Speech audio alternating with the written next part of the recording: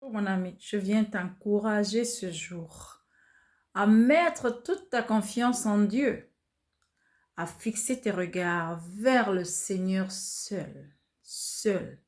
Sais-tu de quel Seigneur je parle?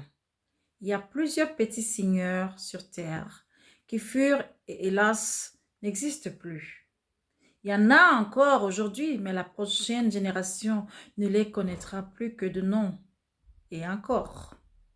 Je te parle du Seigneur des Seigneurs, Maître de l'univers, celui qu'a vu Daniel au bord du fleuve de Tigre. Daniel, sais-tu qui c'était? Tu peux le lire dans le livre de Daniel. Il était un serviteur oint de l'Éternel qui priait et adorait son Dieu, l'Éternel son Dieu, à genoux 3 fois par jour. Oui, il n'était qu'un déporté, presque un esclave, pas considéré un esclave d'Israël, déporté d'Israël à Babylone. Pour ainsi dire, un esclave. Cependant, il fut élevé en dignité de par la sagesse, les visions et révélations de Dieu dans sa vie. C'était les dons de l'Esprit Saint, les dons du Saint-Esprit, les dons de Dieu lui-même qui ont fait de lui quelqu'un de particulier. Sa communion avec Dieu était son trésor. Et en tant que tel, comme tel, il tenait à rester intègre devant son Dieu. Il ne se laissait aucunement entraîner dans des pratiques pouvant entraîner l'altération de ses dons divins en lui, l'altération de son caractère, oui, l'altération de sa personnalité, parce qu'il était entouré dans un royaume, Babylone, où le monde, la gloire était au niveau 1. Il restait intègre dans ce milieu. Oui, parce que cette empreinte de Dieu, ces dons de Dieu étaient l'empreinte de Dieu dans sa vie. Et il ne voulait pas les souiller. Oui, parce que le Seigneur ne se mélange pas à la magie. Le Seigneur ne se mélange pas avec le marabout. Il ne se mélange pas à la sorcellerie, pratique mystique. Ce n'est pas le Dieu que Daniel servait. Il est incorruptible, ce Dieu de l'univers. Il est 3 fois saint. Dans son immense amour, il a certes donné son Fils, son précieux Fils Jésus-Christ, qu'il a envoyé, qui s'est sacrifié lui-même, Dieu merci, pour que toi et moi, nous puissions être rachetés de nos péchés, pourvu que nous puissions les reconnaître, les confesser en sa présence et nous repentir, changer de chemin définitivement pour marcher en nouveauté de vie. Il a payé pour ton rachat, il a payé pour mon rachat. Voilà le Seigneur Dieu que toi et moi, nous pouvons servir aujourd'hui parce que Jésus a payé ce prix-là.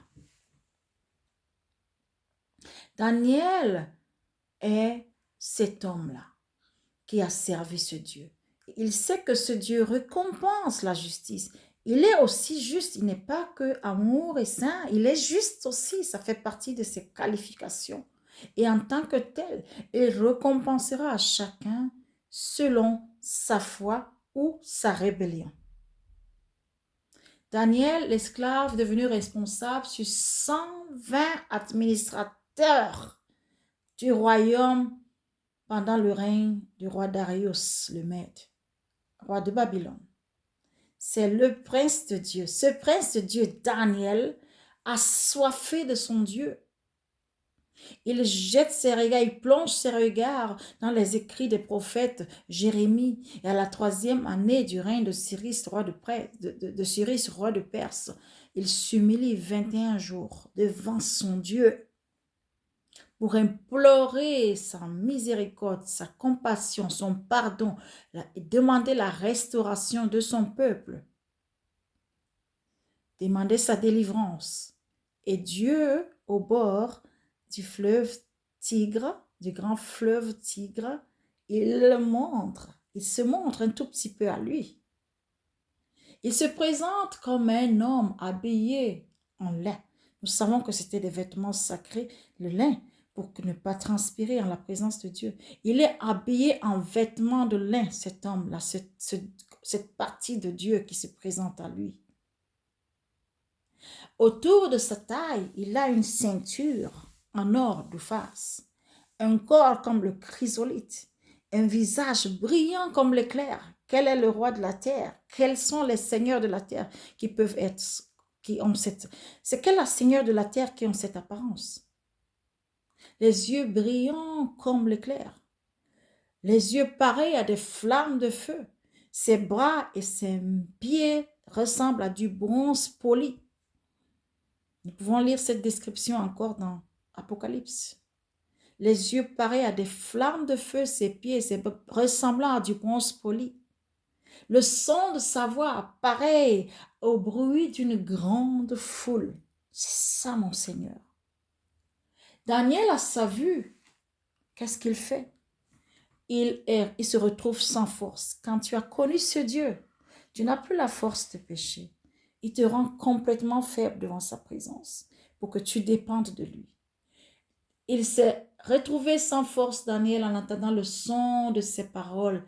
Il est tombé dans une profonde torpeur, le visage contre terre, une main l'a touché et l'a mis tout tremblant sur ses genoux et les paumes de ses mains. Et l'homme lui a dit, Daniel, homme considéré comme précieux. Non, ce n'est plus l'esclave, le déporté d'Israël, c'est l'homme précieux. Sois attentif aux paroles que je vais te dire et tiens-toi debout là où tu es. Beaucoup cherchent à être reconnus, beaucoup cherchent l'amitié d'un grand, l'amitié de quelqu'un qui est en vue. Mais si tu cherches l'Éternel, il va t'appeler précieux.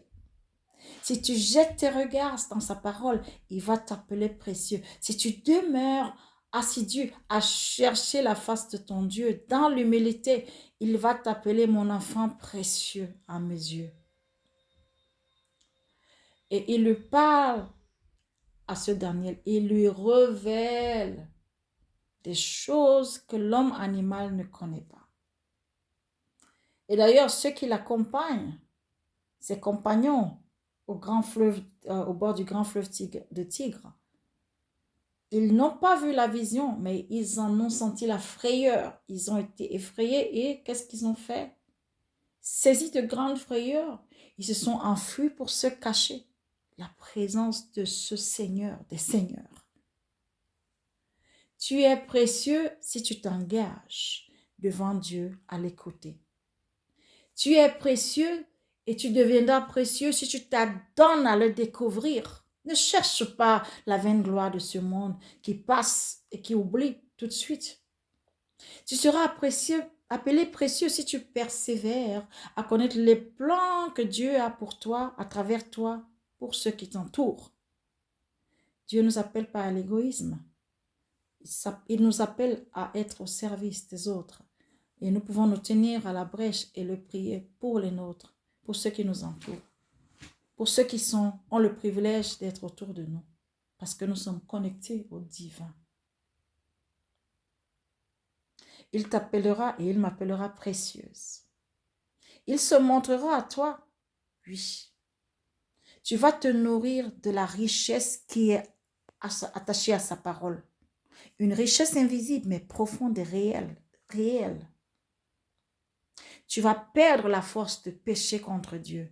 Ce sera ta délivrance. Oui, et tu sauras que ce n'est ni par les efforts humains, ni par ton intelligence, mais c'est par l'Esprit de Dieu. Tu resteras humble dans sa présence, parce que tu sais que c'est l'œuvre de Dieu en toi. Ceux-là qui t'accompagnent, peut-être qu'ils voudront soit rester avec toi, chercher Dieu, ou alors s'enfuir, mais ils sauront que Dieu est avec toi. Bien sûr, ce ne sera pas facile. C'est sûr que tu auras aussi autour de toi des jaloux de ta prospérité, de ta gloire, qui voudront t'accuser, salir ton nom, l'entraîner dans la boue et même te jeter dans la fosse au lion. Mais la bonne nouvelle, c'est que ton Dieu ne te laissera pas mourir. Ton Dieu, dis avec moi, mon Dieu, il est vivant, il ne te laissera pas mourir. Il te délivrera de la fosse au lion. Il te maintiendra, lui qui compte même les cheveux de ta tête, et te permettra de continuer à le servir jusqu'à ce que tu remplisses ta mission, celle pour laquelle il t'a appelé. Et si tu ne sais pas